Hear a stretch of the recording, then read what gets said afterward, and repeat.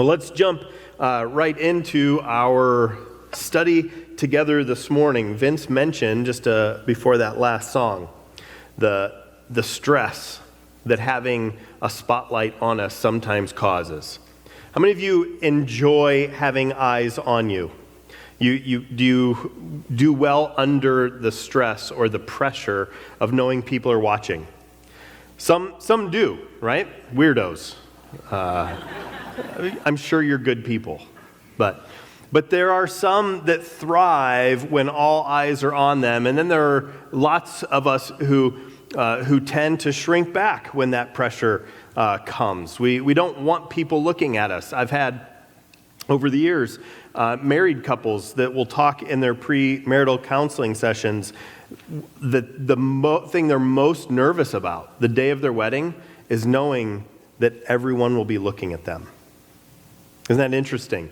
That on the biggest, most significant day of their lives, it's difficult for some to really just enjoy the moment, focus on the promises, the vows that they're sharing with this most important person in their life, because they know people are looking, people are watching.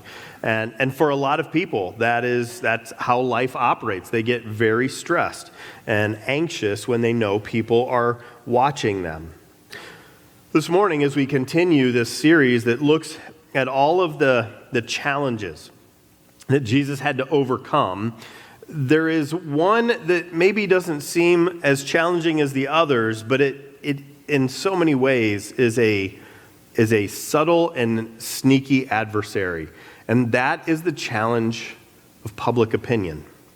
When people are watching, when all eyes are on you, the stakes are even higher.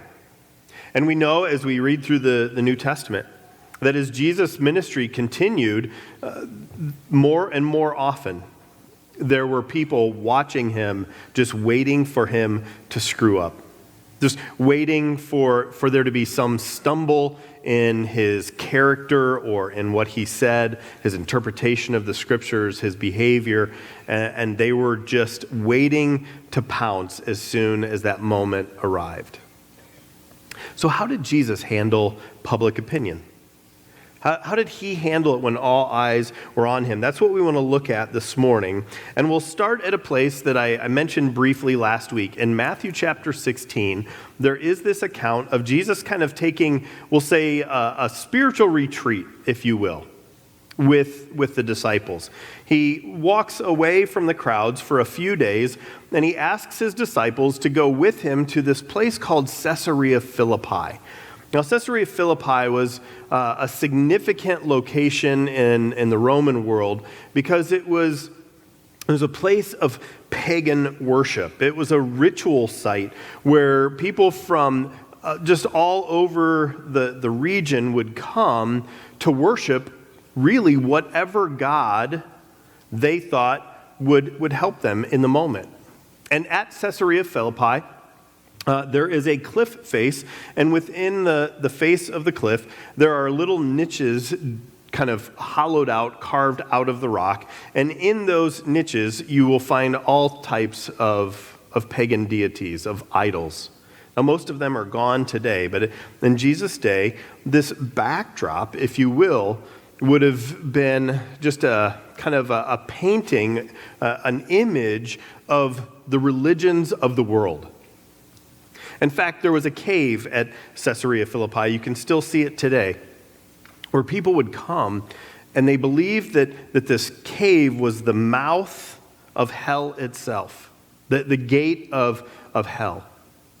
And there was a common practice where people would bring a small child and they would throw the child into the cave as a live sacrifice.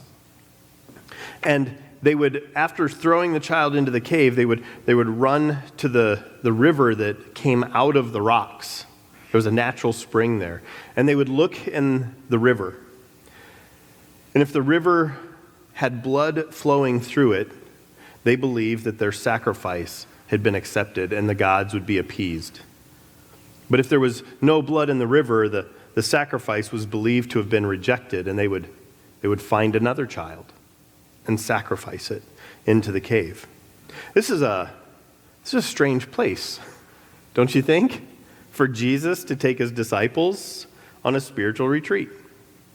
This is exactly what he did. He took them to Caesarea Philippi, and when he got there, he had some questions for them. When Jesus came to the region of Caesarea Philippi, according to Matthew chapter 16, verse 13, he asked his disciples, "Who do people say the Son of Man is?" Now we see what he's doing, don't we? Against the backdrop of all of these false gods, Jesus turns to his disciples and he says, What's the word on the street concerning me? What are you hearing about who people think I am? Why they think I'm here? They replied, some say John the Baptist. Others say Elijah, and still others Jeremiah or one of the prophets. And then Jesus turned to them and he said, "Who do you say I am?" You see, what's beautiful about Jesus is Jesus knows exactly who he is. There is no doubt in his mind who he is, where he has come from, or what he is to do, what his ministry and purpose really is all about. But as he's going about all of that business, he hears the murmuring from the Pharisees who are trying to entrap him. He hears the grumbling of those who simply don't like him because of his popularity, because of his instant fame. He hears the prayers and the cries from those who simply see him as a solution to their most immediate problems or struggles in life, asking him for healing or help. He knows that there have been those, like his disciples, who have wondered if he is in fact the Messiah that they've been waiting for so long. And so he asks them, "What have you been hearing?" And then he directly asks them, "And what about you guys? What do you think?" You see, Jesus' sense of self didn't come from the crowds. He didn't understand his identity from that which he was hearing around him. But he wants to know what his closest followers think. What do they believe about him? Public opinion, Jesus understands, is incredibly inconsistent across the crowd. But Jesus didn't listen to them. Instead, he listened to one voice, and that was the voice of his Father in heaven. When he turns to his disciples and he asks them, "Who do you say that I am?" Peter, as is kind of Peter's MO, immediately speaks up, jumps in and says, "You are the Christ," or the Messiah. "You are the Son of the living God." And Jesus immediately turns to Peter and commends him for his answer.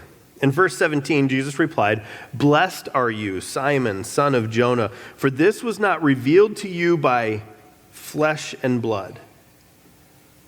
Peter, you didn't discern this. You didn't come to believe this because of what you've been hearing, Jesus says, but instead by my Father in heaven. You see, Peter's commended because he understands who Jesus is from the same source that Jesus draws his confidence, his assurance, and his commitment to the mission. It was told long ago, the story of a great pianist, a concert pianist, who played concerts on tour all around Europe.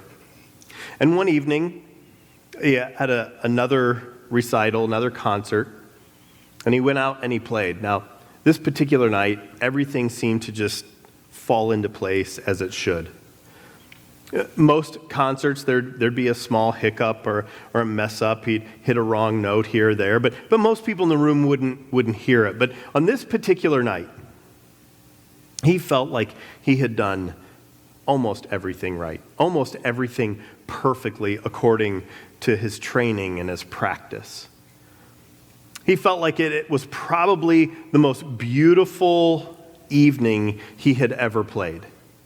And he got to the end of his last song, and as he hit the last note and the note rang through the concert hall, the crowd erupted into applause and cheer. They rose to their feet almost instantly, clapping and applauding and begging for more. He humbly stood up, recognizing that this may have been his greatest achieving moment. He sheepishly took a bow and walked off stage. The crowds continued to applaud and beg for an encore. They cried out for him to come back and play one more song. They weren't ready for the evening to be over. And as he stood off stage, the stage manager said to him, "How long are you going to make them beg?" He said, "Oh, I won't play an encore tonight." The stage manager said, "How in the world could you not go out and play one more song? They've been applauding for 5 minutes straight. They won't sit down. They won't be turned away. They've got to hear another song. It was so beautiful. They just want one more piece. Can you not just give them one more song?" And he said, "I will not go out and play again." And the stage manager was just so confused by it. The audience's commitment to him to appreciate his incredible work and the years of practice. And so he just asked him, "Why will you not play one more song?" And he said, "Look into that crowd." And he said, "Yeah, they're going wild. Every person in the room is on their feet." And the pianist said, "One of them is not." And he pointed to a gentleman way up toward the back of the room who refused to stand for the standing ovation. And the stage manager said to him, "It's one person out of hundreds. Who cares what he thinks?" And the pianist said, "For many, many years he has been my teacher. And if he doesn't stand, I won't play." You see, the pianist understood that while there were lots of people who appreciated his work, there was only really one opinion that he cared about in that space. It was the one who had poured into him, who had invested in him, who had taught him everything he knew, who pushed and challenged him when he was tired and ready to give up. He played for an audience of one. You see, in chasing the approval and the validation of the crowd, you'll often find yourself pursuing one or two who don't applaud your efforts, who haven't given full approval. We see it all the time. We see it in leaders who seek to crowd please, who seem to chase whoever is making the loudest noise, the loudest complaints. When leaders do this, they lose sight of their end goals, of the mission for which they've been called. They begin pursuing other people's desires and agendas instead of the one that they've been set in place to pursue. We see it with students and young people who chase approval. Sometimes it's the approval of their peers. Sometimes it's approval of strangers on social media. Sometimes it's the approval of their parents or their teachers. Their world is full of people who have opinions about their performance. And if they're not careful, they tie their performance to their value. But at the end of our lives, at the end of any of our lives, there really is only one person whose opinion means anything in the scope of eternity. This passage in Matthew chapter 16 where Jesus asks his disciples about public opinion and then their opinion really is setting them up for the ultimate lesson, which actually comes in the next chapter. You see, in Matthew chapter 17, Jesus asks Peter, who is the one to declare, "You are the Christ, the Son of the living God." He asks Peter and James and John, three of his closest from his inner circle. He calls them away from the other disciples. And in Matthew chapter 17, less than a week later, Jesus takes them away. And as they remove themselves from the rest of the disciples, we read about this incredible event called the Transfiguration. Verse 3 says, "Just then," with Jesus, Peter, James, and John, "just then there appeared before them Moses and Elijah, two of the greatest men in recorded history." God used Moses and Elijah more powerfully, perhaps, than any other men in all of history. So within a week after Jesus asked, "Who do people say I am?" and the disciples begin naming giants of the faith, prophets like John the Baptist and Isaiah and Jeremiah. Now they have two of these great prophets and leaders standing before them, Moses and Elijah. And they were talking with Jesus. Peter is overwhelmed by the situation. He said to Jesus, "Lord, it is good for us to be here. If you wish, we will put up shelters, one for you and one for Moses and one for Elijah." Peter's thinking, let's just kind of hang out and camp out here. I've got some questions for these guys. Let's just enjoy the time we have with these two great men. While he was still speaking, a bright cloud covered them, and a voice from the cloud said, "This is my Son, whom I love. With him I am well pleased. Listen to him." The Father spoke from heaven over top of Peter's encouragement to build a campsite that they might enjoy time together. The voice spoke above the conversation between Moses and Elijah with Jesus. I think it's pretty incredible that Jesus had just questioned these disciples about his identity.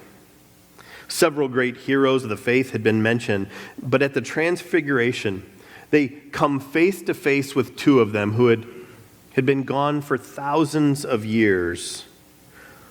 And in that moment, the Father speaks from heaven. Remember, Peter, James, and John are the only disciples here. This is recorded in Matthew's gospel. Peter is so blown away that he's seeing Moses and Elijah, but he doesn't tell Matthew what they talked about. Matthew doesn't record what Moses and Elijah had to say. The only words that are recorded are from the Father himself. His voice is the only one that matters. Jesus understood this, and Peter and James and John in this moment come to realize that there are lots of opinions about who Jesus is. But there's only one that matters. This is my Son, whom I love. In him I am well pleased. This is one of the kind of the key places where the Gospels record public opinion about Jesus. And in this one, it's unique because Jesus actually asks, what is public opinion? But there are others as we read, especially through the Gospel of Matthew. In fact, in just a couple chapters, Matthew 21, we come to maybe one of the most famous passages about the kind of the public's opinion of Jesus. In Matthew chapter 21, we read about Palm Sunday, which we celebrate today. As Jesus was coming to Jerusalem to celebrate the feasts and the festivals, as he rides into Jerusalem, great crowds gather to sing his praises. A very large crowd, Matthew 21 says, spread their cloaks on the road while others cut branches from the trees and spread them on the road. The crowds that went ahead of him and those that followed shouted, "Hosanna to the Son of David. Blessed is he who comes in the name of the Lord. Hosanna in the highest heaven." When Jesus entered Jerusalem, the whole city was stirred and asked, "Who is this?" These crowds got worked up into such a frenzy as Jesus came into Jerusalem that they began crying out, "Hosanna to the Son of David." They recognized Jesus as the rightful heir to their throne. They want him to be their king. They begin to lay palm branches before him as he rides through the streets. The palm branch was the symbol of Caesar. By waving and laying the branches down under Jesus' feet and under the feet of his donkey, what they were in essence saying is, "We want you to be our king. We expect you to overthrow and trample Caesar. You are the one we will give our devotion to. You are our king. You are the Messiah, the Son of David." They knew the prophecies that had been written about the Messiah, that he would come and he would establish himself on David's throne and that he would rule for eternity. From the time he sets his place on the throne over Israel, he will never again not rule all the nations. And the people and the crowds expected Jesus to do this over the coming days. They were a frantic crowd. The energy would have been incredible. The gospel tells us that the whole city was abuzz. Who is this? What kind of person brings about this type of energy?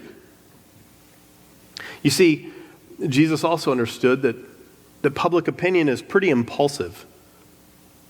This teacher from Galilee, there were rumors about floating around about his ability to heal the sick, his willingness to come and to care for those who were demon-possessed, that he had even raised some from the dead. This crowd on Palm Sunday got worked into such a frenzy that they paraded him through the streets, giving their allegiance to him as king. But Jesus knew that this would be short-lived because Jesus wasn't moved by the crowds. He instead was moved by something much more consistent, and that is the word of the Lord. You see, the scriptures were consistent over the ages. And Jesus knew what they said about him. And he knew that the crowd's opinions of him, as quickly as they might rise, they might also fall. This week, we saw popularity of somebody that used to spend quite a bit of time in Hillsdale explode. And Jack Galkey. One basketball game in the NCAA tournament. And Jack goes from about 500 followers on Instagram to over 54,000 this morning. In just 2 or 3 days.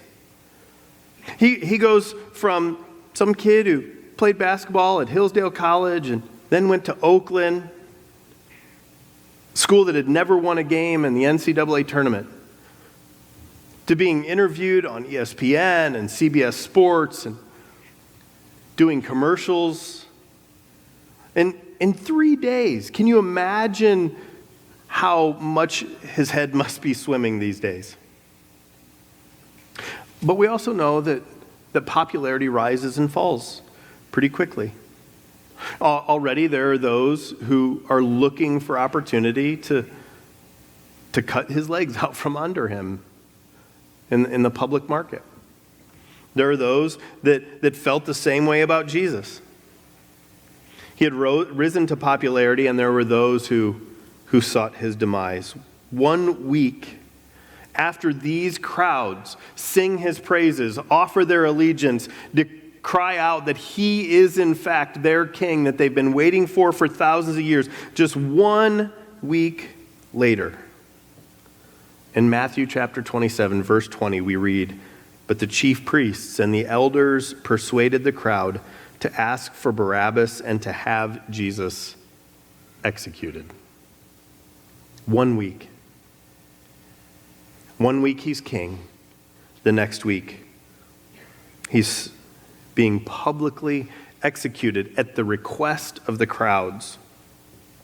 You see, Jesus knew the prophecies concerning his life and his death. The crowds and their passionate chants were simply part of the backdrop of a much, much larger drama with a much longer shelf life. And Jesus understood it, and he didn't get caught up in whether the crowds liked him or hated him, because he had been created for one purpose. He had been sent for one purpose. He'd been born into this world for one purpose. Jesus, the Son of God, the eternal Son, had come to earth for one mission: to die for you and for me. And one week, the crowds would have defended him to the Roman army. And the very next, they're ready to crucify him themselves. May his death be on our shoulders and on those of our children. While the crowds amplified the message of the moment, Jesus quoted the ancient scriptures from the prophet Zechariah concerning this perfect sacrifice for the forgiveness of all of humanity's sin. There are public messages all around us. They're pretty fickle. They're pretty inconsistent. And it's up to us to listen through the noise, to let it fade into the background, that we might hear God's consistent voice, that we might weigh the crowd's assumptions and desires for our activity against that of the scriptures, the consistent word of God that guides and directs and teaches us how he desires we live. The crowds will turn quickly. His word stands forever. Beyond turning quickly, we also find in these stories of Jesus and public opinion that even their turning has no sense to it. There's no reason behind it as we continue to read now in Matthew chapter 27. We see just how irrational their thoughts, their opinions of Jesus are. But thankfully, Jesus knows his mission, and so he endures the consequence of their murderous cries. Public opinion is irrational.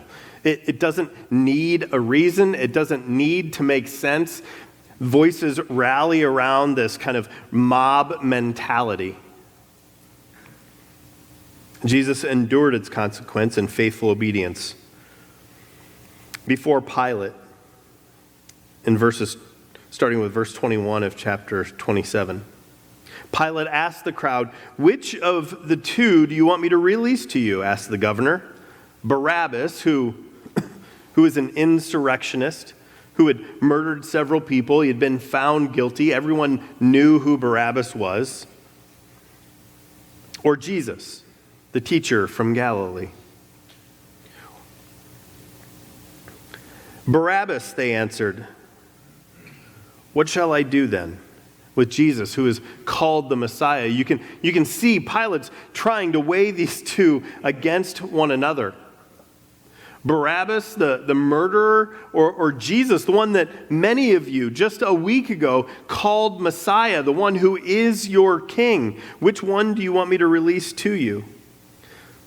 And when they call for Barabbas, "What shall I do then with Jesus, who's called Messiah?" Pilate asked. And they all answered, "Crucify him." So now Pilate asks for a reason why. What crime has he committed? Pilate had already questioned Jesus. He found no reason for Jesus to even be held, let alone executed. For what reason, Pilate asks, but they shouted all the louder, "Crucify him." They didn't even give a reason at this point. They just yell louder, more in unison.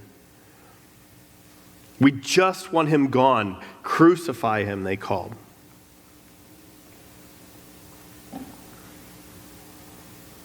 And that's what happened. But it wasn't a surprise. You see, this was the plan all along.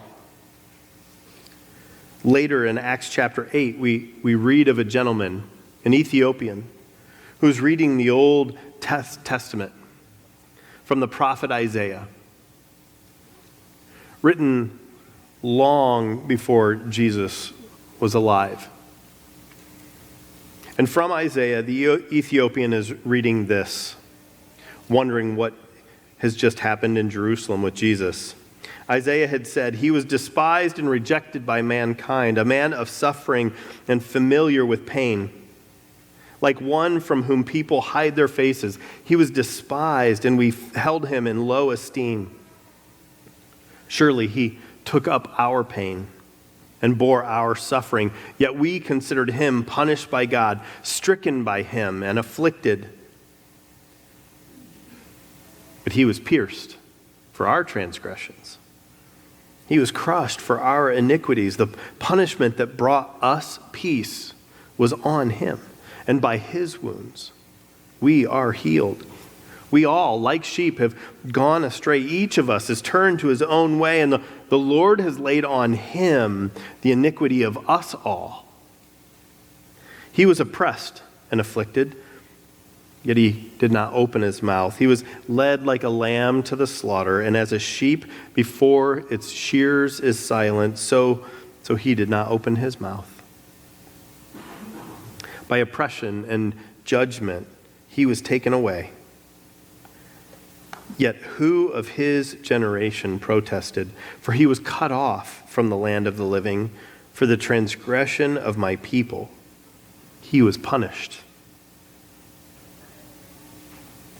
So easy to get wrapped up in what others think or feel about us, to chase the approval of our peers, of those that we respect.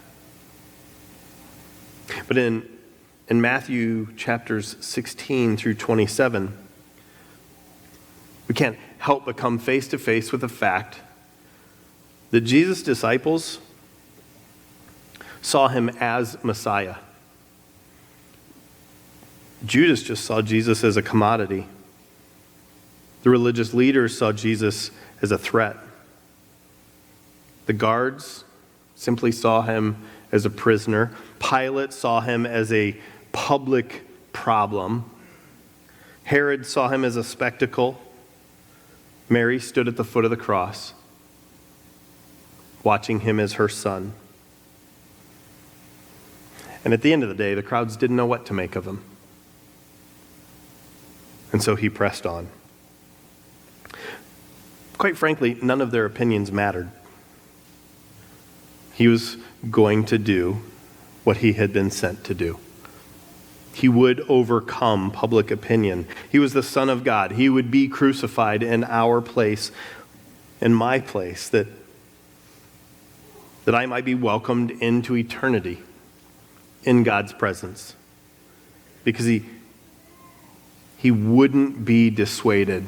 I'm considered an heir of heaven. May we express this week, throughout the week, our gratitude. Just how thankful we are that he didn't listen to the noise, that he didn't allow them to make him king in that moment, instituting a public, political kingdom without taking care of the spiritual one. Let's pray. Jesus, you know who you are. You knew what you had come to do. And while there were those who would have moved you from that mission, you were unwilling to be distracted or dissuaded from it. And God, we are eternally grateful for it. The public opinion didn't matter to you. That the opinion of the Father alone was what drove you, what allowed you to ignore the chants and the cries that both praised you and condemned you. God, may we be so bold as to follow you unhindered. Lord, may we hear your voice beyond the crowds in our own lives. May we be obedient to your one voice, that you might receive honor and glory and accomplish all that you desire in our days as well. We pray this in your Son's name. Amen.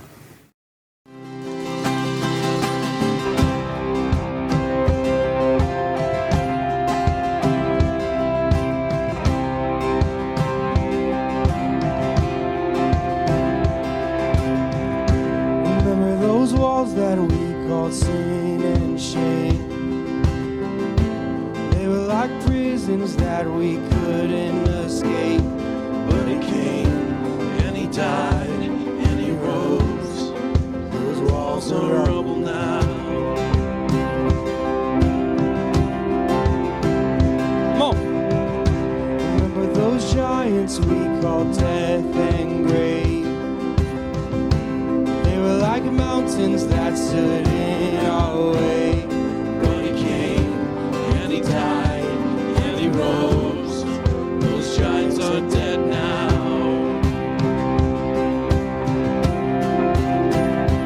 This is our God, this is who he is. He loves us.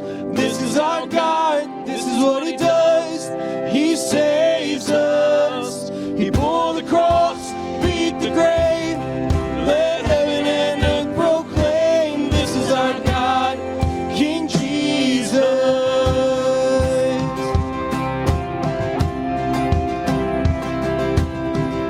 Remember that fear that took our breath away. Faith so weak that we could barely pray. But he heard every word, every whisper. Now those altars in the wilderness tell the story of his faithfulness. Never once did he fail, and he never will. Come on, church. This is our God, this is who he is. He loves us. This is our God, this is what he does. He saves us. He bore the cross, beat the grave. Let heaven and earth proclaim. This is our God, King Jesus. Who pulled me out of that pit? He did, he did. Who paid for all of our sin? Nobody but Jesus. Who pulled me out of that pit? He did, he did. Who paid for all of our sin? Nobody but Jesus. Who rescued me from that grave? Yahweh, Yahweh. Who gets the glory and praise? Nobody but Jesus. Who rescued me from that grave? Yahweh, Yahweh. Who gets the glory and praise?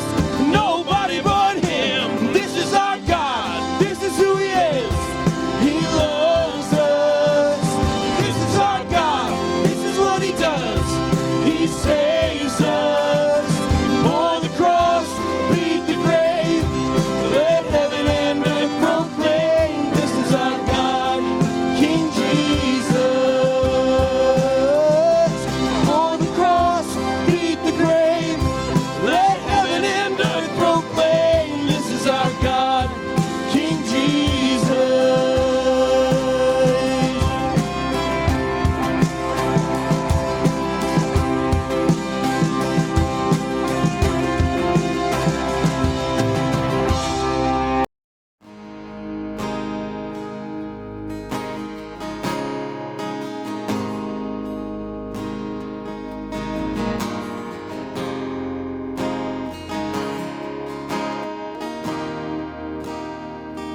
I love you, Lord. Oh, your mercy never fails me. All my days I've been held